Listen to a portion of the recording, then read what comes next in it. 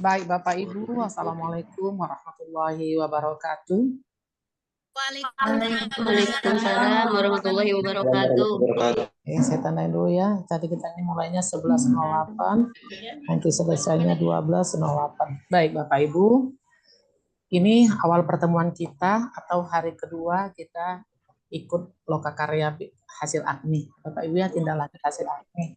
Baik-baik Bapak Ibu, sebelum kita mulai, karena ini pertemuan pertama dengan saya perkenalkan dulu ya Bapak Ibu ya. Saya mendampingi Bapak Ibu nanti untuk literasi sosial budaya. Bapak Ibu, nama saya Irma Deliati. Tugas sehari-hari saya di Madrasah Sanawiyah Negeri 1 Medan. Bapak Ibu ya, keseharian saya di Madrasah 1 Medan. Bapak Ibu sekalian, saya akan membersamai Bapak Ibu untuk literasi sosial budaya. Nah, di sini saya sudah pegang nama-nama Bapak Ibu semua guru MI dari Bogor ya Bapak Ibu ya. Bogor ya? Iya, terima kasih.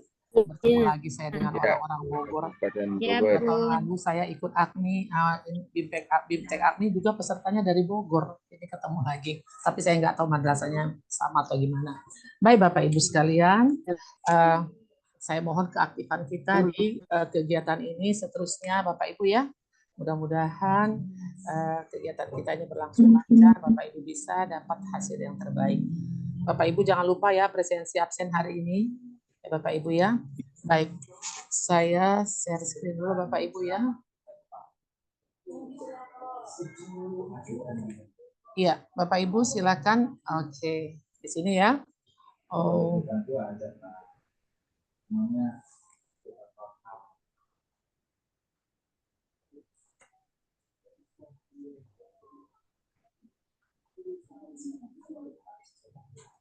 Baik Bapak Ibu, ini dia materi kita. Bapak Ibu, saya mohon dengan sangat Bapak Ibu ya, tetap aktif kameranya tetap on ya Bapak Ibu ya. Kameranya tetap on. Kita aktif di sini ya, kehadiran bukan hanya kehadiran tapi aktif di sini Bapak Ibu ya. Baik. Bapak Ibu, materi kita hari ini adalah wawasan literasi sosial budaya jenjang MI. Bapak Ibu, adapun tujuan pembelajaran yang akan kita capai untuk 60 menit ini, 60 menit ke depan adalah, Bapak Ibu masih blur, ya, iya. Melalui pelatihan tindak lanjut hasil AKMI, peserta pelatihan mampu memahami konsep dan kompetensi literasi sosial budaya. Jadi ada dua Bapak Ibu yang akan kita capai di 60 menit ke depan. Pertama, konsep, berarti apa itu literasi sosial budaya, itu ya konsepnya Bapak Ibu. Kemudian kompetensi apa yang diharapkan dari kita, dari Bapak Ibu untuk literasi sosial budaya. Jadi ada dua ya Bapak Ibu, konsep dan kompetensi. Baik Bapak Ibu, kita lanjut. Iya. Nah, silakan Bapak Ibu beri komentar. Apa yang Bapak Ibu pikirkan ketika melihat gambar berikut? Silakan Bapak Ibu beri komentar dari gambar. Ika Tunggal Ika. Oh, saya minta nama dulu, Bu. Oh, sini Siti Jamila. Ibu Siti Jamila, silakan. Bu Siti Jamila. Ibu Siti Jamila. Silakan, Bu. Ika Tunggal Ika ya, Bu. Dua gambar ini ya, Bu. Dua gambar. Gambar yang saya lihat di situ ada. Agak kuat suaranya, Bu. Burung Garuda. Iya. Di samping ada bermacam adat. Ada kebaya. Apa yang Bapak Ibu kan ketika menggambar berikut Pancasila adalah satu bangsa. Sudahkah Ibu Siti Jamila? Sudahkah? Oke, silakan siapa lagi yang lain? Silakan Bu. Pak Asep. Ibu. Siapa? Ada gambar Ibu Yaya atau siapa ini? Coba. Oh, ini Pak Asep dengan Pak Saipul. Pak Asep dulu, silakan. Kalau dari gambar ini saya oh ya, makasih Bu atas kesempatannya untuk memberikan saya kesempatan menjawab. Yang saya lihat gambar pertama itu ada lambang Garuda ya, atau Bhinneka Tunggal Ika. Dan yang kedua itu masih berkaitan atau ada hubungannya dengan Bhinneka Tunggal Ika, yaitu suku, berbagai macam suku, yang artinya seperti Bhinneka Tunggal Ika itu kan berbeda-beda tapi tetap satu tujuan. Yang lebih seperti itu dari saya. Oke, terima kasih Pak Asep. Pak Saiful, silakan Pak. Oke, dari kalau saya pandangan saya di sini melihat di sini ada Garuda Pancasila, kemudian di sini ada beragam suku bangsa bersatu di situ. Saya mengilustrasikan bahwa Pancasila adalah pemersatu bangsa.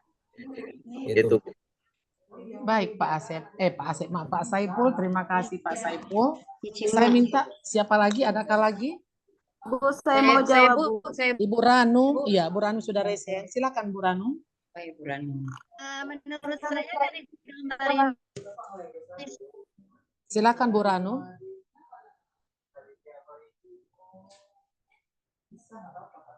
Bu Ranu.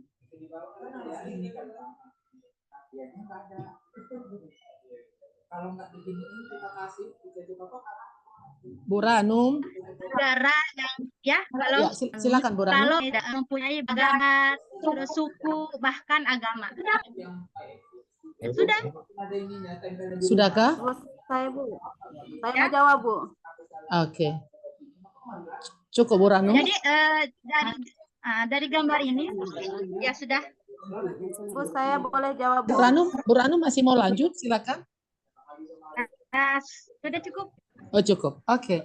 Ibu Yaya, satu lagi ya, Bu Yaya, silakan. Bu Ranu, Bu Yaya. Bu Yaya, silakan. Saya pikirkan ini ya.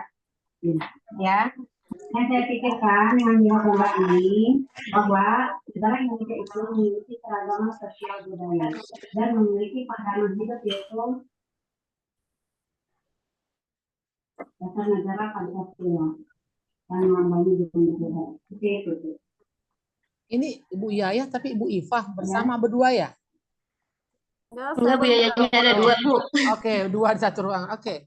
Terakhir kali Ibu Emilia, silakan Bu Emilia.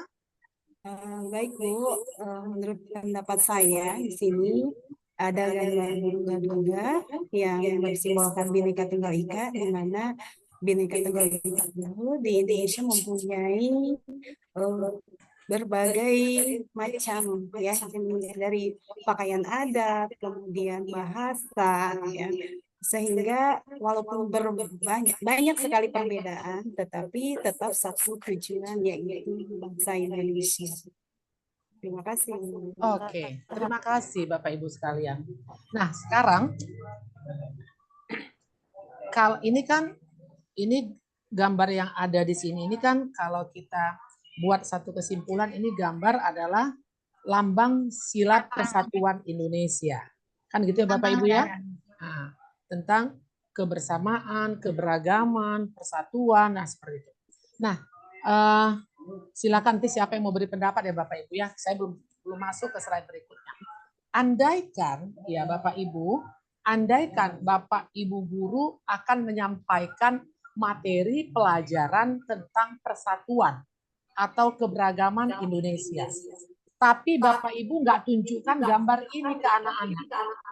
Hanya Bapak Ibu sampaikan, Bapak Ibu ceramahkan bahwa Indonesia ini adalah bangsa yang beragam, bangsa yang Bhinneka Tunggal Ika, banyak suku, banyak ini dan seterusnya. Dan inilah Indonesia dengan Indonesia persatuan Indonesia. Nah, Bapak Ibu sampaikan seperti itu. Itu contoh.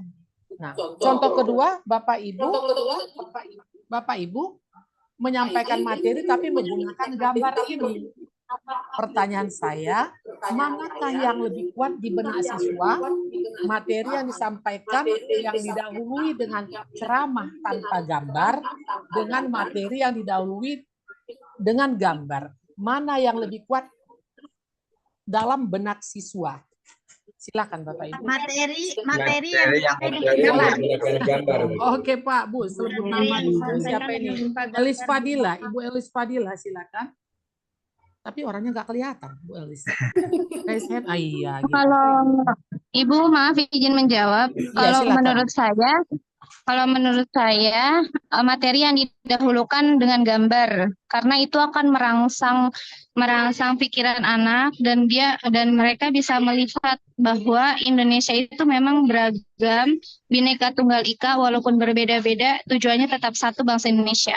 Jadi lebih menarik dan lebih meningkatkan semangat belajarnya untuk mengetahui bahwa Indonesia itu banyak gitu. Oke. Satu lagi aja ya. Siapa? Raise hand. Ibu Ranum, Bu Ranum. Oh, Ya, siapa yang karena raise hand lagi? Silakan, Ibu Ranum. Ya. anak-anak itu lebih cenderung fokus ketika melihat gambar. Jadi dia bisa membedakan ternyata Indonesia itu memiliki beragam atau bermacam dari segi suku, pakaian, bahkan agama juga sudah terlihat. Ketika di dalam gambar ini, kalau agama Muslim, mungkin di sini kan ada gambar seorang perempuan memakai kerudung gitu. Jadi semakin diingat gitu oleh si anak. Baik, Bu Ranum, terima kasih. Kita statement Ibu Ranum dan Ibu Olis itu nanti yang akan menjadi pemantik untuk materi kita berikutnya. Ya, terima kasih Bu Ranum dan Ibu Olis. Silakan kita ke berikutnya. Baik, orientasi. Berdasarkan kondisi Indonesia yang beragam, orientasi dari gambar tadi kita ya Bu ya, maka Indonesia hendaknya menjadi negara yang bersatu, menjaga perdamaian dan menjunjung moderasi beragama.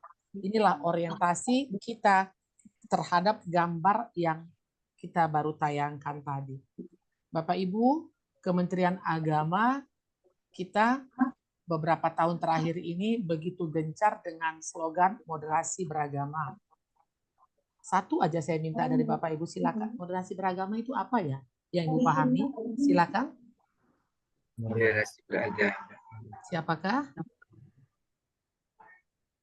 Silakan raise hand, Bapak Ibu. Saya mau jawab, Ibu. Siapa? Dengan siapa? Ibu Iva? Ibu apa?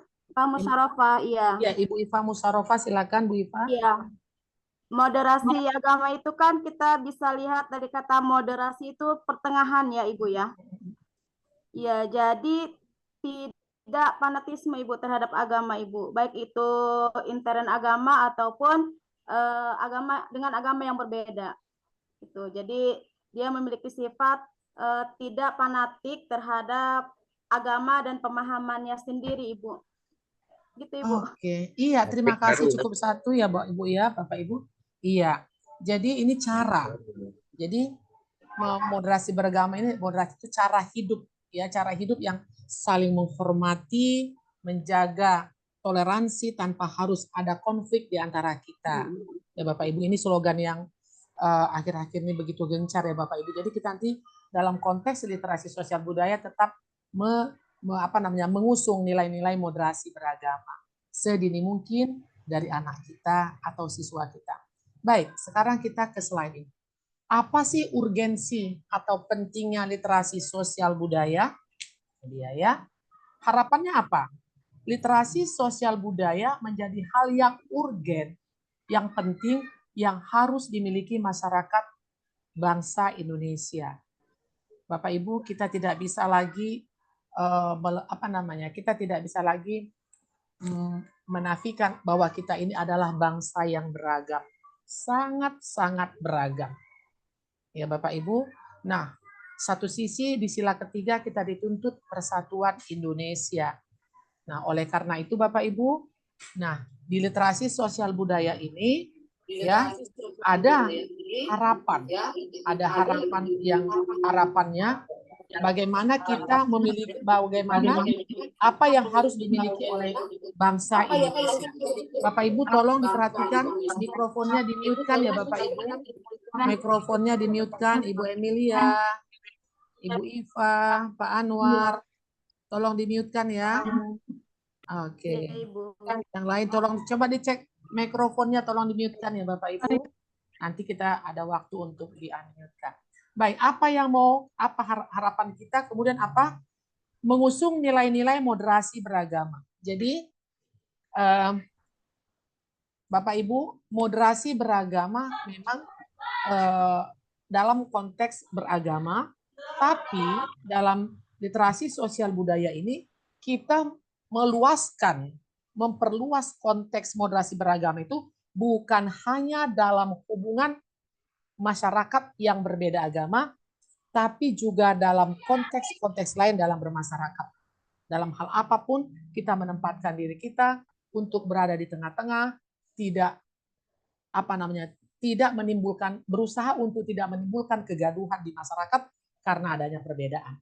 Nah, Bapak Ibu, apa yang menjadi target kita, harapan kita di sini, yaitu memiliki komitmen kebangsaan.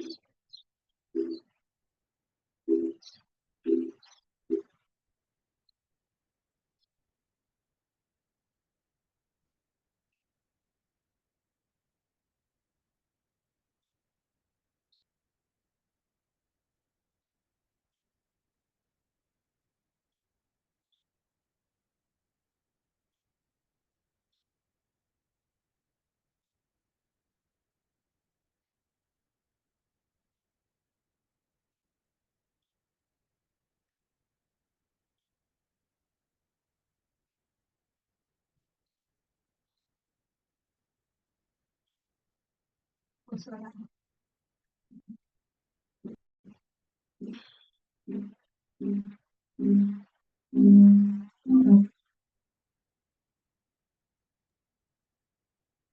ya, ada suara.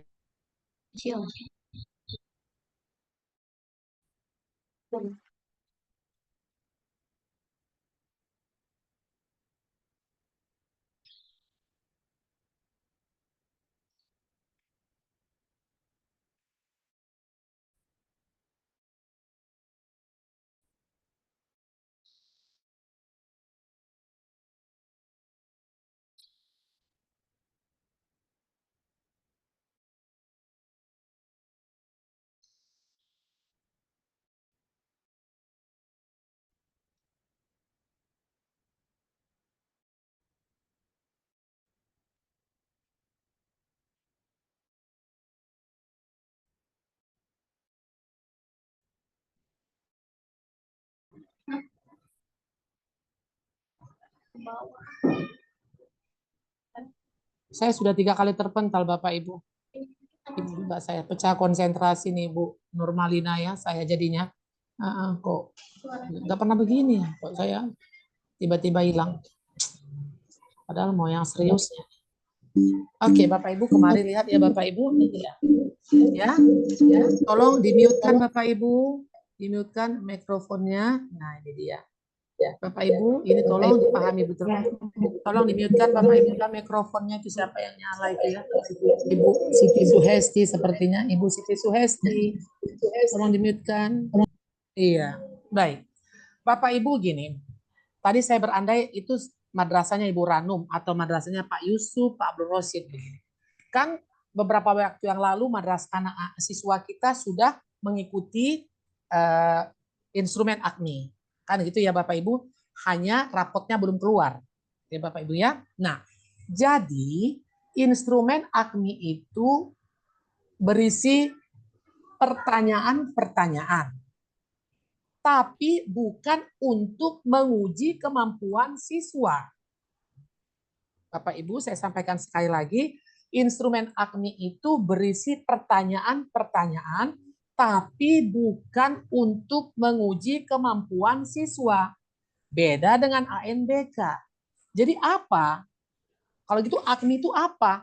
AKMI itu berisi instrumen untuk mendiagnosa siswa kita itu pada CK berapa posisi kognitifnya di keempat literasi.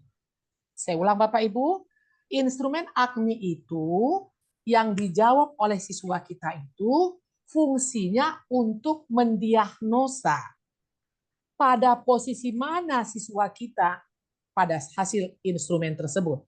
Apakah pada CK1, 2, 3, 4, 5. Jadi Bapak Ibu, ada 4 literasi yang ditanyakan kepada siswa melalui instrumen AKMI. Nah, instrumen AKMI itu Bapak Ibu, itu pertanyaan-pertanyaannya itu sudah diuji validitas dan reliabilitasnya.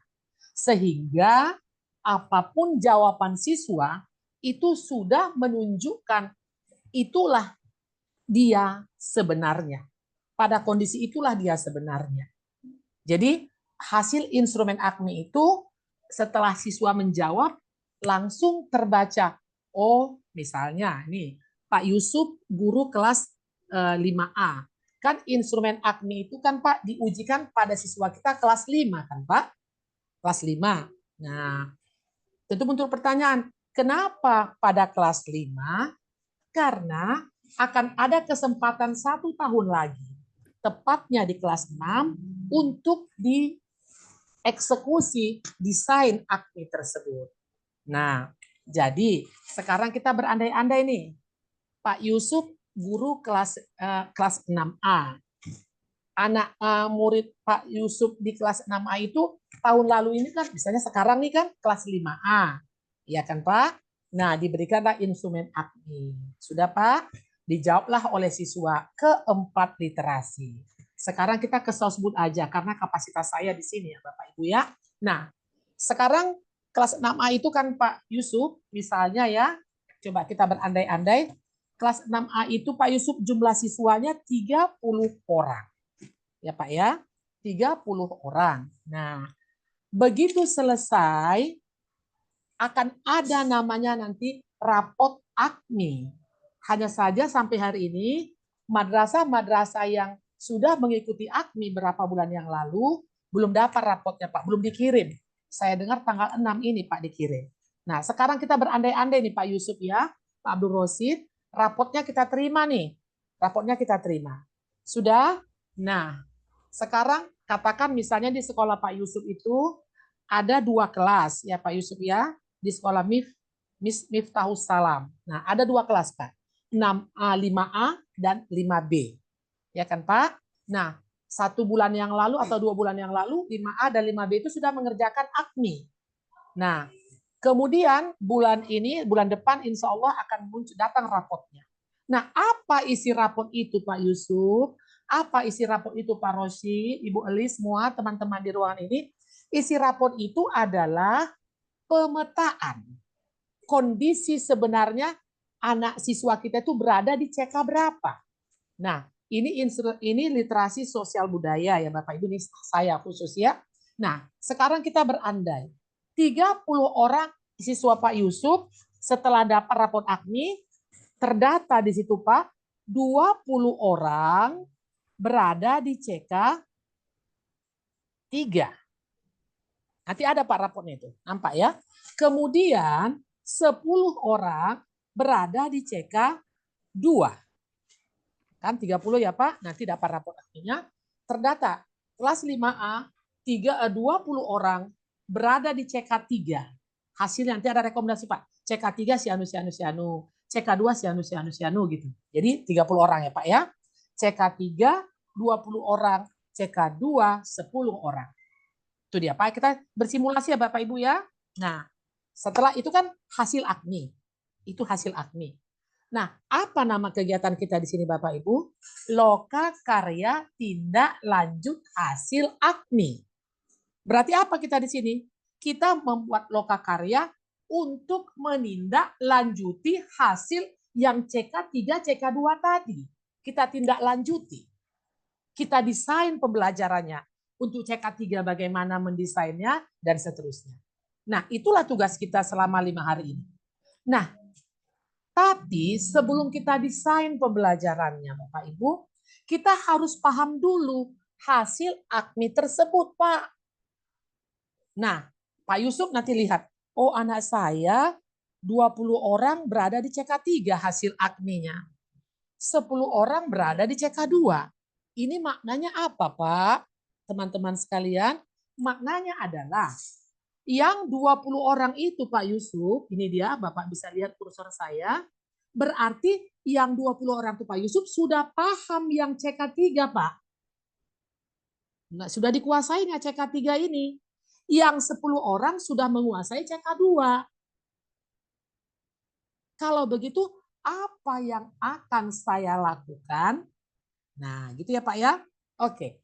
Sebelum kita masuk apa yang akan dilakukan, coba Bapak Ibu kita kenalan dulu ke masing-masing CK ini. Bapak Ibu tolong perhatikan. Di setiap CK ini Bapak Ibu ada tertulis semacam indikator atau kompetensi. Coba kita lihat ya Bapak Ibu ya. CK1, apa indikatornya? Menyebutkan, menunjukkan, dan mengidentifikasi. Bapak Ibu nanti silakan print out ya Bapak Ibu khusus CK ini supaya kita pegangannya lebih enak ya.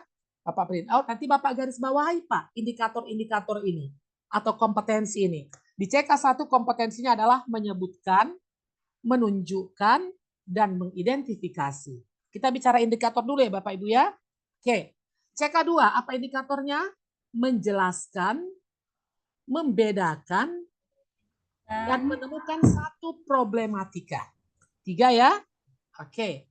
Kita pindah ke CK3. Memberi contoh, menerapkan, dan mengkategorikan. Memberi contoh, menerapkan, dan mengkategorikan. CK4. Menganalisis, mendeteksi, mengaitkan 2 problematika. CK5. Menghubungkan, memilih, dan mencari alternatif dua problematika. Nah, itu dia. Bapak Ibu ya, itu dia. Nanti tolong digaris bawahi ya Bapak Ibu, tolong di print out atau di stabilo. Inilah CK-CK. Inilah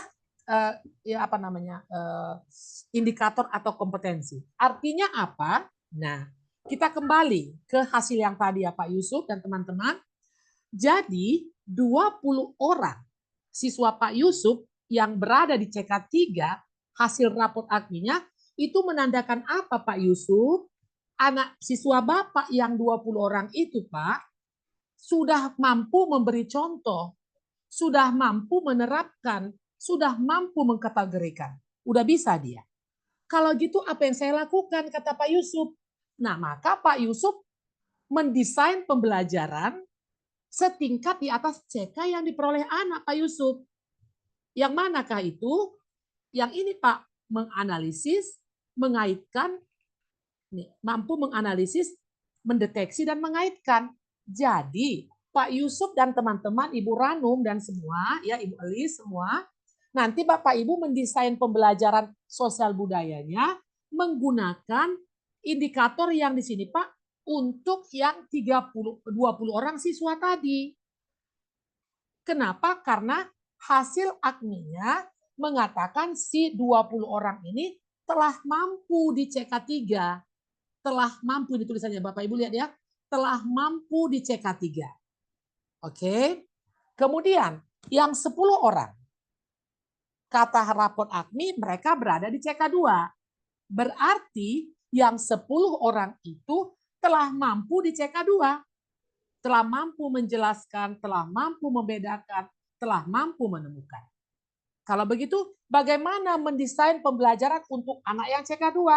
Bapak mendesain dengan menggunakan indikator yang ada di CK3. Jadi artinya apa? Coba kita lihat Bapak Ibu.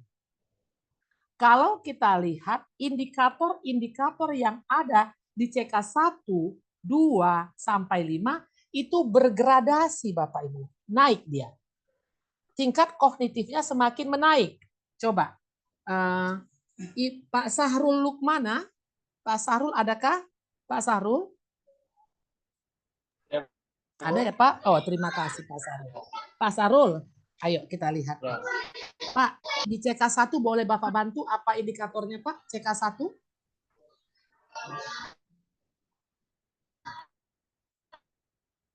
Titik telah mampu indikatornya aja Pak. Perlu mengembang. Indikatornya aja Pak, menyebutkan. Lalu Pak? Silakan Pak Lukman. Sahrul Lukman. Oke.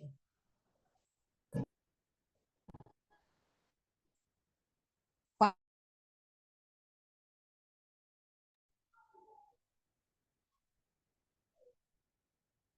Duh, kok saya terpental terus ya? Ada apa gerangan ini?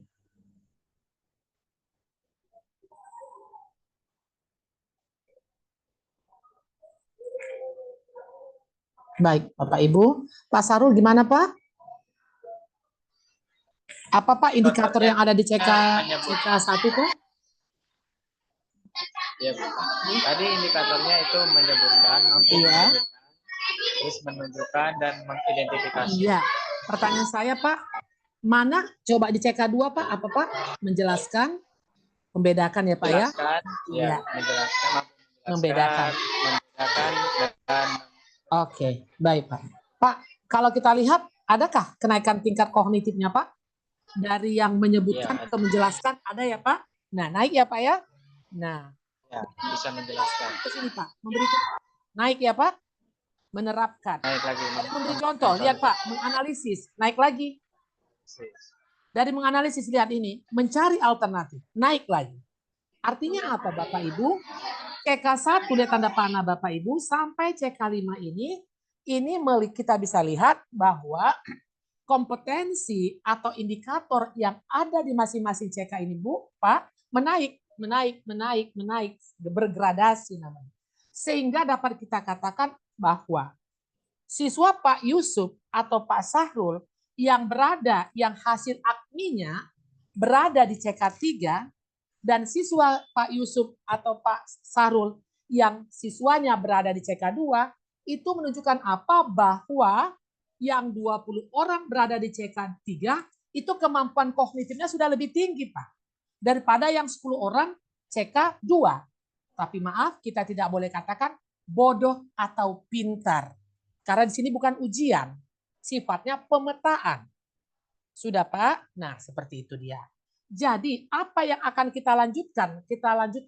Kita lakukan lebih lanjut untuk 20 orang yang berada di CK3 dengan yang 10 orang berada di CK2. Kan ada tindak lanjut. Hasil akminya sudah jelas. CK3 20 orang, CK2 10 orang. Itu kan hasil akmi. Tindak lanjutnya apa? Nah, ini dia. Tindak lanjutnya apa? Besok pagi kita ketemu lagi, Pak, ya, dengan saya. Nanti kita akan desain di situ. Oke? Ini pengantarnya dulu. Ya, baik. Sekarang ini dia. Kita lihat, Pak. Ini dia. Nah, khusus sosial budaya. Lihat, Pak. Penguatan dan peningkatan CK pada MI, MTS, dan MA. Ini kita lihat. MI itu, nih Pak, CK1 sampai CK5. MTS CK3 sampai CK7. MA CK5 sampai CK9. Kita hanya di MI. Kita lihat. Nah, jadi Bapak Ibu, tadi kita berandai-andai 20 orang berada di CK3. Coba Bapak Ibu lihat, 20 orang CK3, 10 orang tadi di CK2. Artinya apa? Bapak Ibu lihat ke sini, ini materinya Pak Ibu, kontennya. Konten sosial budaya. Nah, di konten ini nanti saya jelaskan lagi di bawah ya Bapak Ibu ya. Nah, Bapak Ibu, artinya apa di sini? Pak Yusuf, guru kelas 6A, nanti kan 5A sudah selesai diuji. Hasil akmi, bukan diuji, dikerjakan akminya. Nanti di kelas 6A, misalnya Pak Yusuf juga gurunya nih, atau Pak Sarul gurunya, atau siapa yang menjadi guru di situ. Sudah, Bapak akan mengemas pembelajaran di kelas. Nah, jika materinya itu terkait dengan sosial budaya Pak Yusuf, Pak Sarul, maka coba lihat pesanan di sini. Anak kita yang berada di CK2 dengan CK3 beda konteksnya, Pak. Beda konteks. Berarti begini nanti Pak Yusuf, anak Bapak hasil akminya tadi CK3, maka Bapak sekarang berada di sini, Pak, di CK4. Materi yang Bapak sampaikan berkonteks lokal. Sudah, anak Pak Yusuf tadi yang berada di CK2 hasil akminya, berarti Bapak akan mendesain pembelajaran di CK3. Dan contoh-contoh yang Bapak berikan nanti kontennya adalah konteks global. Misalnya gini, kalau dia konteks global itu peristiwa yang bersifat internasional. Kalau lokal, peristiwa yang bersifat lokal, misalnya di Jawa Barat saja, atau di Bogor saja contohnya. Nah itu dia, lihat ini Bapak Ibu ya.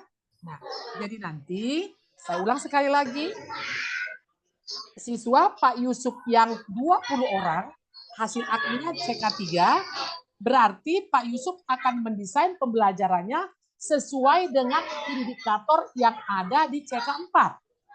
Yang tadi ada saya tunjukkan, di CK4. Dan Bapak konteks materi Bapak nanti, konteksnya apa, Pak? Konteks lokal Bogor atau Jawa Barat saja. Nah, anak siswa Pak Yusuf tadi yang hasil akminya 10 orang berada di CK2, maka Bapak Yusuf akan mendesain pembelajarannya menggunakan indikator CK3 dan konteksnya adalah global. Gitu. Oke. Nanti kita apalagi mungkin masih banyak bingung ya. Ini 11.51 waktu saya. Nah, di sini dia apa konten dan subkonten. Nah, ini Bapak Ibu, ini dia.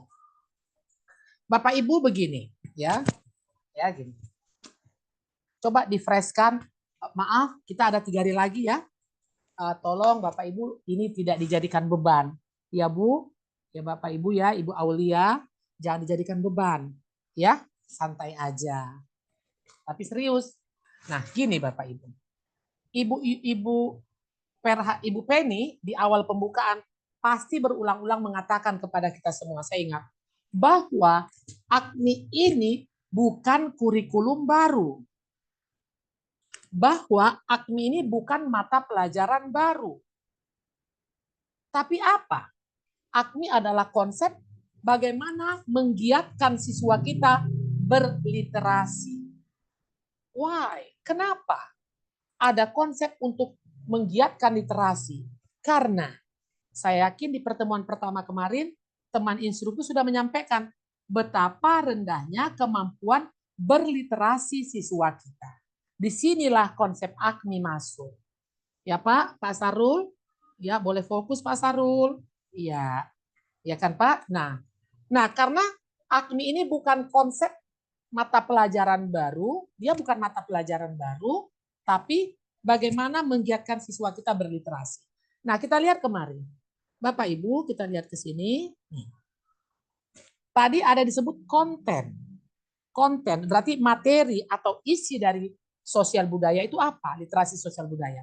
Yang cetak tebal dulu Bapak Ibu ya, ada 3 kontennya. Pertama, komitmen kebangsaan. Kedua, toleransi. Ketiga, akomodatif dan inklusif. Ini kontennya, garis besarnya.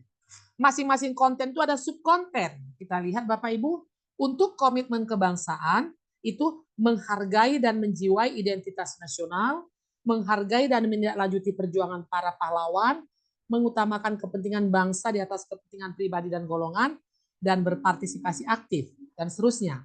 Toleransi apa? Menghargai dan mengapresiasi perbedaan, ras, dan seterusnya. Terbuka dan mengapresiasi kesetaraan gender, mengusung spirit perubahan secara baik, tidak menghalalkan segala cara. Kemudian akomodatif apa? Mempertahankan kearifan lokal, menyempurnakan diri dengan mengadopsi ide-ide baru. Nah, begini Bapak. Ini apa? Mungkin Pak Yusuf atau Pak apa ini ya? Dari tadi Pak Yusuf aja ya karena Pak Udin ada? Pak Udin dari Miss PUII. Saya nggak tahu singkatan apa ini. Nah, Pak Ibu ada ya Pak Udin? Coba saut Pak Udin saya. Nggak ada. Ibu Normalina, adakah? Nggak ada. Bu, juga. ada Bu, alhamdulillah ada. Terima kasih. Nah, jadi Bapak Ibu, seperti dikatakan Ibu Penny, konsep AKMI itu bukan mata pelajaran baru Bapak Ibu. Ingat ya, bukan mapel baru, bukan kurikulum baru. Jadi apa? Nah, begini Bapak Ibu. Besok kita desain pagi ya. Nah, Bapak Ibu waktu mendesain materi pelajaran, Bapak Ibu sisipkan pesan di Sosbud ini Bapak Ibu. Bapak sisipkan pesan ini ke desain pembelajaran kita. Misalnya nih,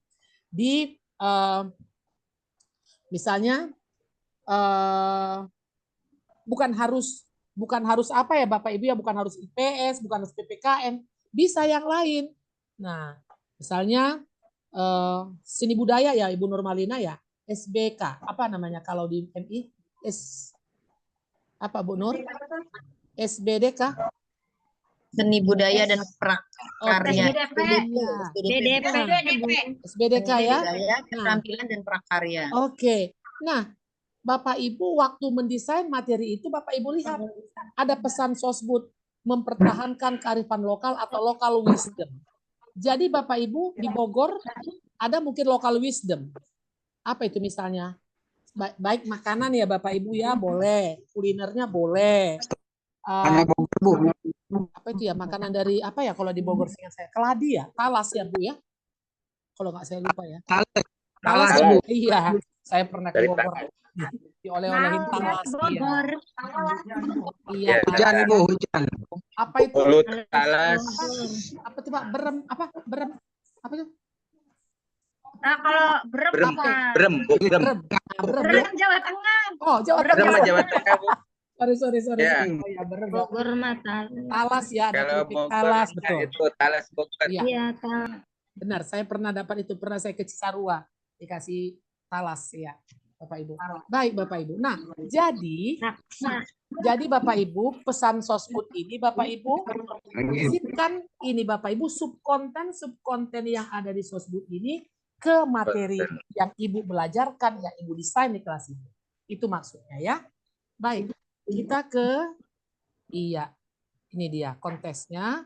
Nah, tadi kan ada Bapak Ibu yang konteks lokal, nasional, global. Artinya apa? Bapak Ibu ikut ini. Ini dia yang tadi nih. Ini. Nah, dia nih. Ini Bapak Ibu. Ini dia. Nah, jadi jika Bapak Ibu mendesain pembelajaran siswanya di CK4, indikator CK4, jangan lupa titipkan contoh-contohnya adalah lokal. Berarti Bogor atau Jawa Barat. Jika Bapak Ibu mendesain pembelajaran menggunakan indikator CK3, berarti Bapak Ibu desain dengan contoh-contoh global dan seterusnya. Jika Bapak Ibu mendesain pembelajaran menggunakan indikator CK5, maka Bapak Ibu buatlah contoh nasional. Itu pesannya ya Bapak Ibu ya. Kalau boleh ini enaknya di print out Bapak Ibu biar nggak buka tutup layar ya Bapak Ibu ya. Nah, baik. Sekarang kita coba tonton sebentar. Waktu kita tinggal dikit lagi nih, 12:08. Nah, Bapak Ibu, nah sebentar saya tayangkan. Nah, pertanyaannya di sini, bagaimanakah langkah-langkah literasi sosial budaya yang diterapkan pada video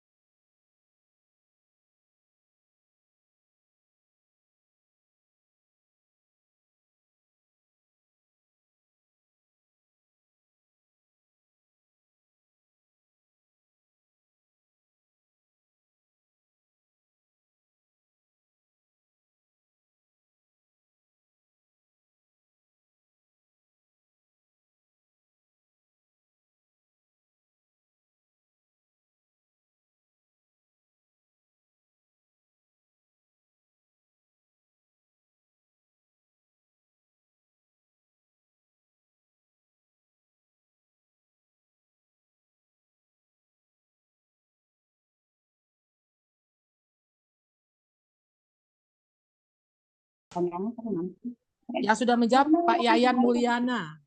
Yayan Mendaya, Bu. Ya, Mas. Iya. Balik komputer kan. Iya. Pertanyaan apa sih?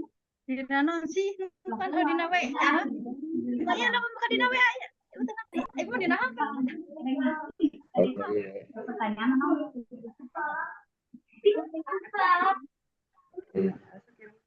Undang itu Mas. Aku pernah. Kalau ambilnya sama Riki.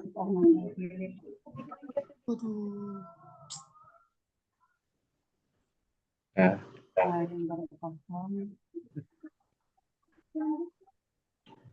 Iya kayak ya muncul hal baru apa yang Bapak Iya. Pak Yayan baru aja Pak Yayan.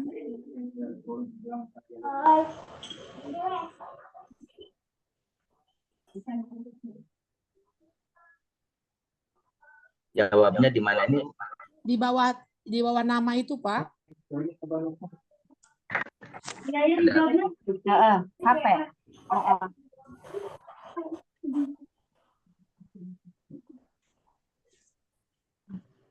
Di bawah. Iya.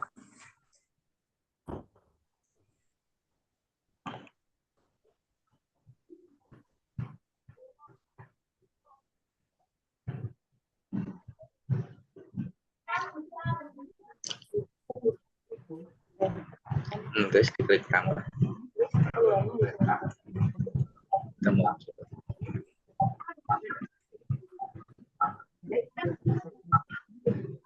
Tambah iya.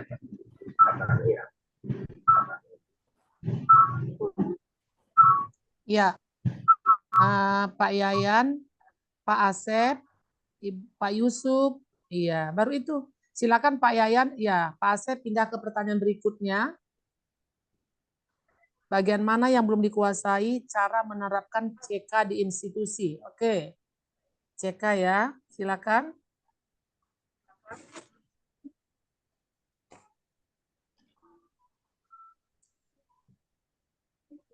Bagaimana yang belum dikuasai?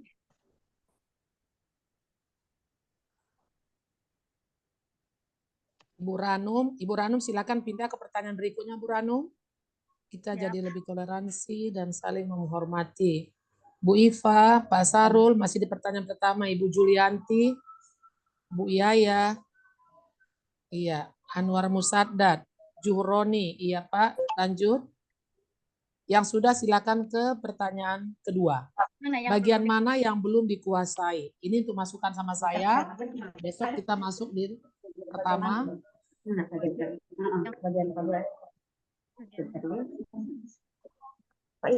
Bagian mana yang belum dikuasai?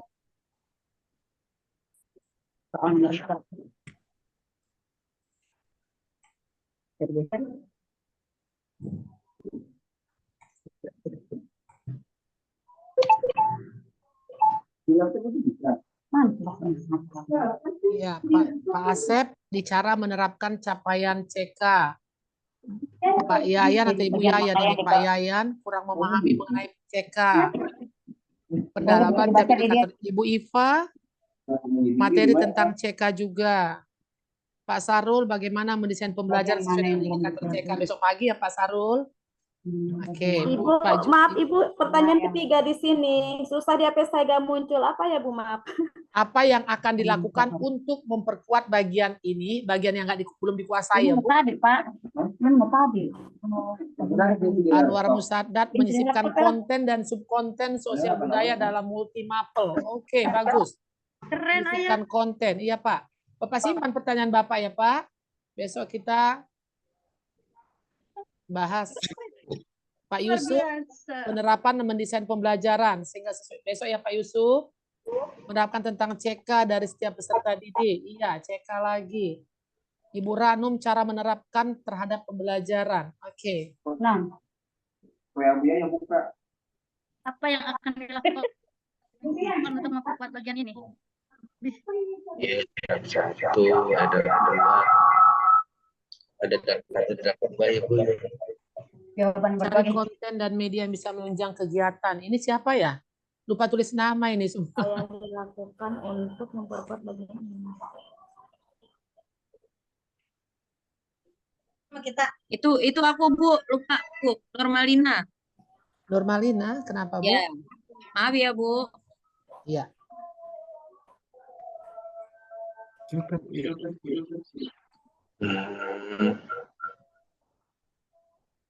Yes, Pak. Terus ya. Saya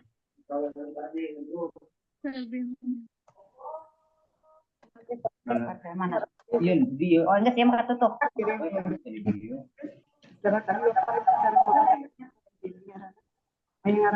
Edit.